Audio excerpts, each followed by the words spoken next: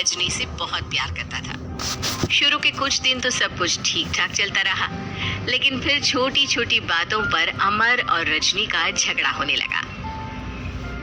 अरे, तुमने फिर से गीला टॉवेल बेड पर डाल दिया। कितनी बार तुमसे कहा है कि सारा बेड गीला हो जाता है। अरे गुस्सा क्यों कर रही हो? गलती हो गई मुझसे, अगली बार ध्यान रखूंगा। बस हर बात पर बस यही कह के चल देते हो।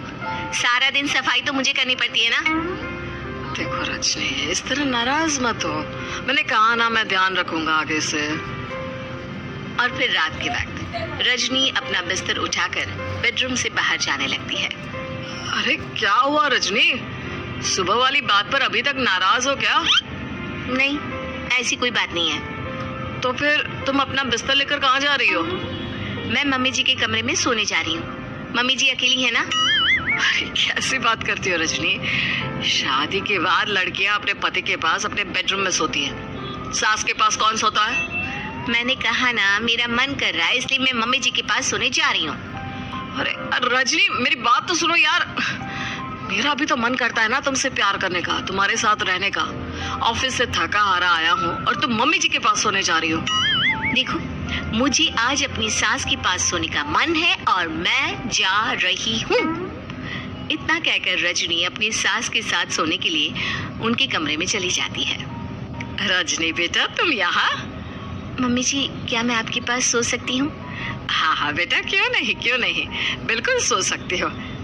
लेकिन सब ठीक तो है ना? अमर के साथ झगड़ा हुआ है क्या? नहीं नहीं मम्मी जी, मैं रोज रोज इनके साथ उस कमरे में सोकर बोर हो चुकी हूँ। थोड़ा सा चेंज हो जाएगा, इसलिए आपके पास सो जाती हूँ। आपको कोई एतराज हो तो बता दीजिए। अरे नहीं नहीं बेटा, ऐसी कोई बात नहीं, सो जाओ। और फिर अगले दिन।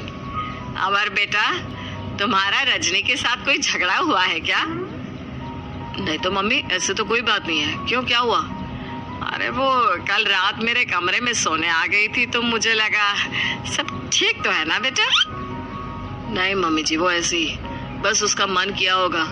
कह रही थी कि मम्मी अकेली है, इसलिए आपकी चिंता हो रही थी। पर अगली रात को फिर से रजनी अपना बिस्तर उठाकर सास के कमरे में पहुंच जाती है। रजनी बेटा, आज फिर से मेरे पास सोने आ गई। मम्मी जी, आपको मेरा अपने पास आना अच्छा नहीं लगता? अगर ऐसी बात है तो मैं बाहर ड्राइंग रूम में चली जाती हूँ। अरे नहीं नहीं बेटा, ऐसा कुछ नहीं है। पर अमर अपने कमरे में अकेला होगा ना? अरे तो वो कौन से 6 महीने के छोटे दूध पीते बच्चे हैं? उनको डर थोड़ी ना लगता है। इतने बड़े हो गए हैं, 1-2 दिन अकेले सो लेंगे तो कुछ बिगड़ नहीं जाएगा। और इस तरह फिर तो ये रोज की बात हो गई। रजनी रोज अपना बिस्तर उठाती, अपनी सास के पास आकर सो जाती। सास उससे कुछ इसलिए नहीं कहती है क्योंकि उसे लगता है कि बहू बुरा मान जाएगी। एक दिन सुबह सुबह, माँ मेरे लिए चाय बना दो, ऑफिस जाने का टाइम हो रहा है।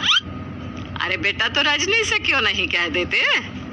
मुझे उससे बात करने का बिल्कुल भी मन नहीं है। अरे आखिर क्या बात है बेटा, तुम इतने उदास क्यों लग रहे हो? देखो ना माँ, आजकल रजनी का बिहेवियर मुझे कुछ समझ में नहीं आ रहा। रोज रात को आपके पास आकर सो जाती है। अगर उसे मेरी परवाह नहीं तो मुझे भी कोई फर्क नहीं पड़ता। अमर गुस्से में ही घर से ऑफिस चला जाता है।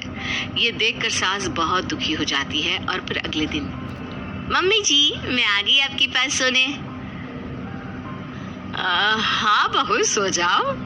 पर वो क्या है ना, आज मेरा पुरानी फिल्में देखने का बड़ा मन कर रहा था। कोई बात नहीं, सो जाओ, मैं पिक्चर देखती रहूंगी। ठीक है मम्मी जी।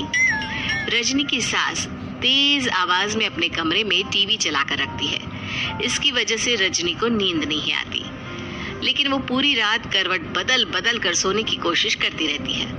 सास को लगता है कि अब रजनी उसके कमरे में सोने नहीं आएगी, लेकिन अगली रात फिर रजनी उसके कमरे में सोने के लिए पहुंच जाती है। मम्मी जी, मैं आ गई। अरे बेटा, मुझे लगा कि कल तुम ठीक से सो नहीं पाई थी। जाओ अपने कमरे में आराम से सो जाओ ना बेटा। अरे नहीं मम्मी जी, कोई प्रॉब्लम नहीं है। इतना कहकर रजनी फिर से अपनी सास के कमरे में सो जाती है। आधे घंटे बाद, बेटा जरा मेरे पैरों पर तेल तो लगा दे। ठीक है मम्मी जी। रजनी अपनी सास के पैरों पर तेल लगाकर जैसे ही सोने लगती है, आधे घंटे बाद फिर से, बहू, मेरे सर में बहुत दर्द हो रहा है, जरा मेरा सर तो दबा दे। ठीक है मम्मी जी, दबा देती हूँ। बहुत जोर से नींद आ रही है। अपनी सास का सर दबाकर रजनी फिर से सोने की कोशिश करती है, पर आधे घंटे बाद फिर से। अरे बहू, बड़ी जोर से प्यास लगी है बेटा, जरा किचन से पानी तो लेकर आ। अरे मम्मी जी, जैसे ही नींद आने लगती है खुशबू आग लेती है। रजनी चुपचाप जाकर किचन से पानी लेकर आती है। इस तरह रजनी की सास पूरी रात हर आधे आधे घंटे पर उसे किसी न किसी बहाने से जगाती रहती है। रजनी परेशान हो जाती है। सास को लगता है कि इस बार वो उसके कमरे में सोने के लिए बिल्कुल नहीं आएगी, लेकिन अगली रात फिर से रजनी वहां पहुंच जाती है। मम्मी जी, आज मैंने आपकी दवाई, पानी सब कुछ लाकर रख दिया है। अब आप प्लीज चुपचाप सो जाइएगा और मुझे भी सोने दीजिएगा। देखिए, 2 रातों से ना मैं सो ही नहीं पाई हूँ। अच्छा ठीक है बेटा, सो जा। थोड़ी देर के बाद रजनी की सास बहुत जोर जोर से खर्राटे लेना शुरू करती है। खर्राटे इतने तेज होते हैं कि रजनी के कानों में दर्द होने लगता है। हे भगवान, मम्मी जी को क्या हो गया है? क्या करूं, कहाँ जाऊं मैं? परेशान होकर रजनी वापस अपने कमरे में जाती है। रजनी, आज तो बहुत दिनों के बाद अपने बेडरूम में सोने आई हो। आ जाओ। वैसे भी तुम्हारे बिना मेरा मन नहीं लगता। क्या करती, तुम्हारी मम्मी के खर्राटों ने तो मेरी नींद उड़ा कर रखी है। अब मुझे यहीं पर सोना पड़ेगा। अगली सुबह। अरे रजनी बेटा, रात को कहाँ चली गई थी? मैं तुम्हें कितना ढूंढ रही थी। मैं तो डर ही गई थी, मेरी बहू न जाने कहाँ चली गई। कहाँ जाती मम्मी जी, अपने कमरे में गई थी। और आजकल ना आप मुझे जानबूझकर बहुत परेशान करती हैं।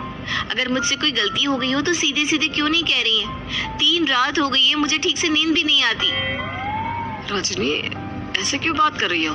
मम्मी ने क्या कर दिया? आप अपनी मम्मी से क्यों नहीं पूछती? मैं बहू हूँ तो क्या इसका मतलब ये है कि दिन भर काम करो और रात में भी चैन से ना सो? रजनी बेटा, बड़ी नादान हो। इसीलिए तो जानबूझकर मैं ये सब कर रही थी, ताकि तुम अपने पति के पास जाकर अपने बेडरूम में सो जाओ। शादी को सिर्फ 6 महीने हुए हैं और तुमने मेरे कमरे में आकर सोना शुरू कर दिया। यह तुम्हारी शादीशुदा जिंदगी के लिए अच्छी बात थोड़ी ना है बेटा। मम्मी, तो क्या आपने जानबूझकर ये सब किया था रजनी को समझाने के लिए? अरे तो और क्या करती? दुनिया की पहली बहू है ये, जो पति को छोड़कर सास के साथ सोने चली थी। इसीलिए मुझे इसके लिए थोड़ा बुरा बनना पड़ा।